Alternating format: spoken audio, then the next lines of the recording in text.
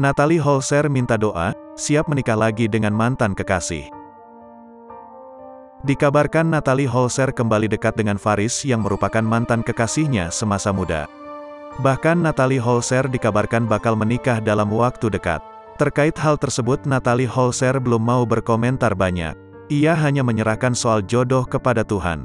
Kita enggak tahu jodoh kan di tangan yang di atas, kata Natalie Holzer saat ditemui di kawasan Menteng, Jakarta Pusat, Minggu, tanggal 11 Desember tahun 2022.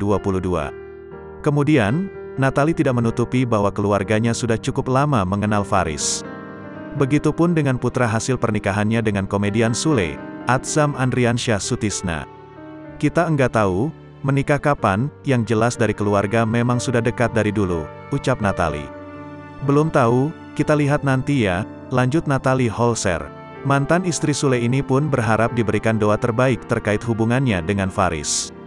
Ya doain aja yang terbaik ya, kita enggak tahu ke depannya gimana, pungkas Natalie Holzer.